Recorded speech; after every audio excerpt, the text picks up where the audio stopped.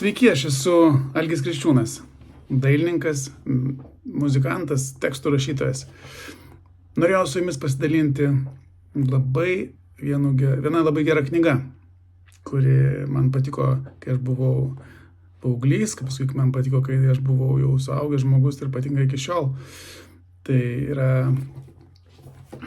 štai tokia Selingerio knyga Rugiuose prie bedugnės. Čia yra angliškas variantas, bet yra ir lietuviškai puikiai išleista ir labai gerai išversta ir labai smagu ją skaityti dėl to, kad tai yra knyga apie žmogų, apie tokį žmogų, kokiais mes kartais patys pasijuntame, tokiais, kur ne visada pritampančiais prie visuomenės, ne visada besielgiančiais pagal tas normas, kurios mums yra diktuojamos, ieškančiais savęs ir galų gale atrandančiais.